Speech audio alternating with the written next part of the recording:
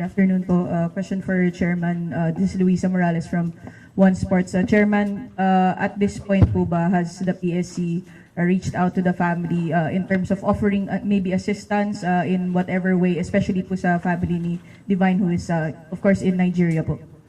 Yes, Luisa, thank you.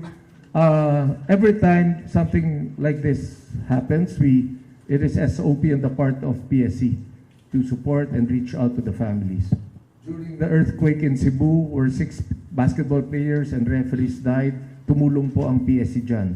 Nung namatay po yung isang atletang nagtitraining para sa palarong pambansa, tumulong po ang PSC dyan. As a matter of fact, after this press conference, ako po ay patungo sa makikiramay sa Arlington. Kasama ko po si Secretary General ng Palarong Pambansa and USEC Malcolm Garma para makiramay sa pamilya. At yes po, tutulong po ang PSC sa pamilya ni Rene at sa pamilya ni Divine. Question po for ED Rebo. ED, on the part of the UAAP, are there any steps that the league is looking to make in the coming days, maybe finding or making an own investigation, or maybe can we expect some policy changes or maybe even sanctions following this incident? Luisa, we already did. In fact, yesterday we had the joint committee meeting scheduled, and President Mark Molina of FEU actually canceled some items and made this the first order of the day.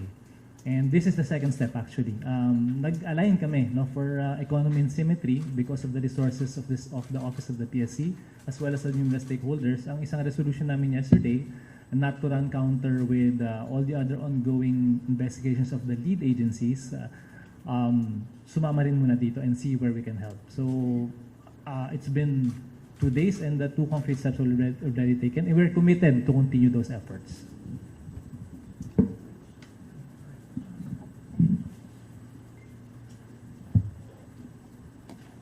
Paige Javier, ABS-CBN. ED Rebo, I know may ongoing investigation. Is the UAAP doing its own probe parallel to what's already ongoing?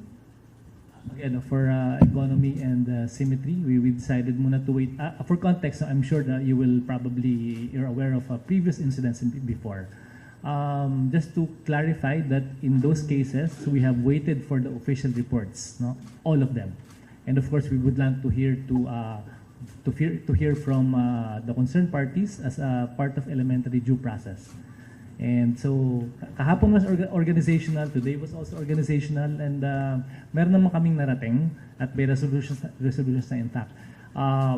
So yun muna po, masabuting mag-align muna tayo, wait for the reports, align with this panel.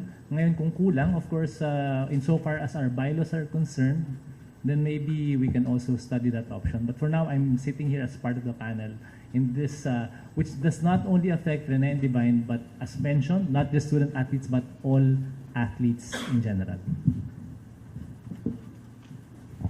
Good afternoon po. This is Philip Batel of Rappler. My question po is for ED Rebo.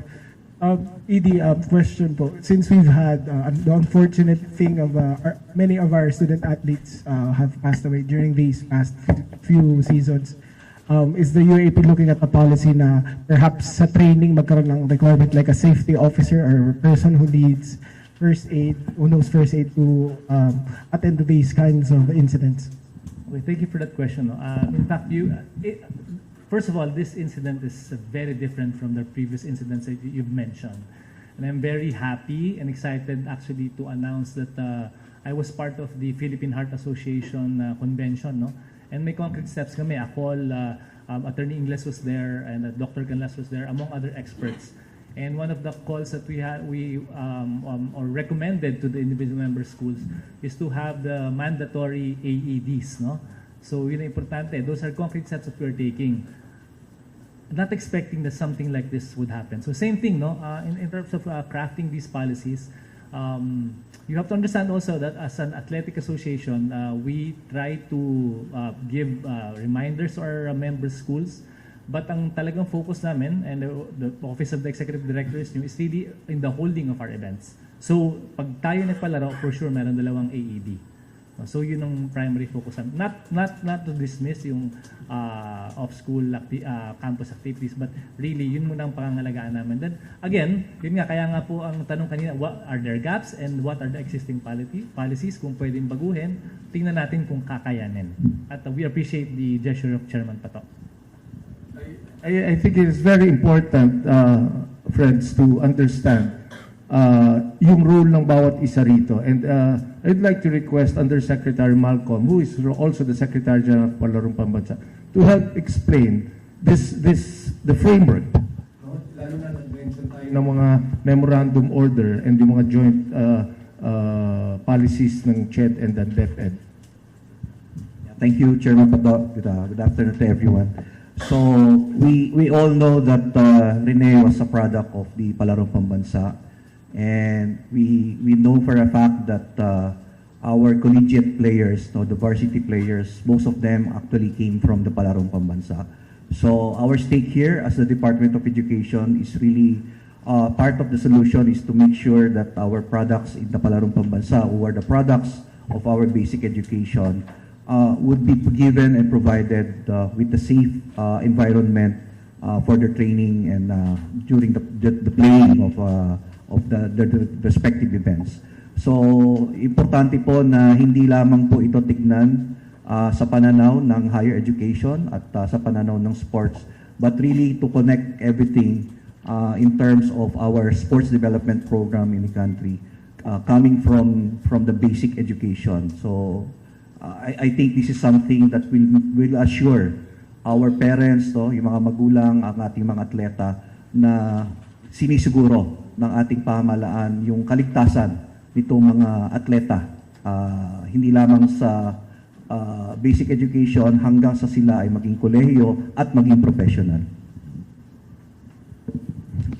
Mark Sarawar, GMA7. In my previous podcast, Chair, may Ateneo basketball player na rin na nag-intimate ng ganitong sa baler na ganitong training, and the description by him was it was a deadly training by the same coach.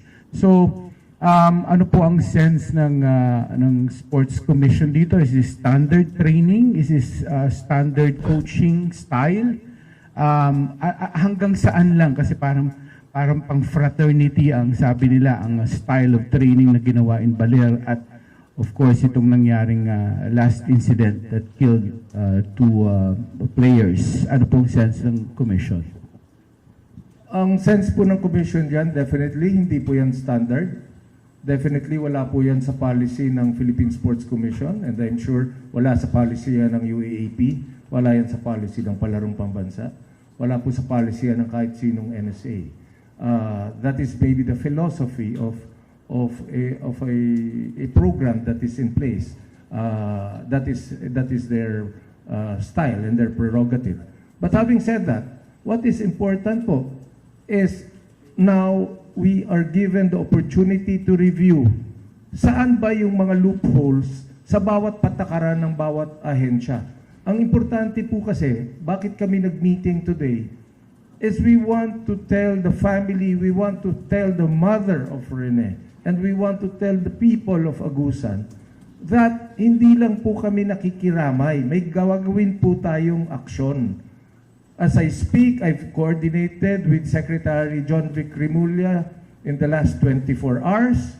Ito po yung ating mga kasama sa CHED, DepEd, UAAP, National Youth Commission, and PSC, nag-meeting na. Meron po kaming pinag-usapan kanina that we will make ourselves available in the next 72 hours para lang siguraduhin na kung kailangan kaming panayam sa ibang ahensya ng gobyerno, nandito kami. Pangalawa po, I was informed by the UAAP Executive Director na ang eskwelahang Ateneo ay open na maimbitahan sa panel na ito. Kaya po sila hindi na imbitihan ngayon because it is an organizational meeting. It is a message to everyone that we, the government agencies involved in sports and education, we are all together in making sure that we address this problem once and for all. So in the soonest possible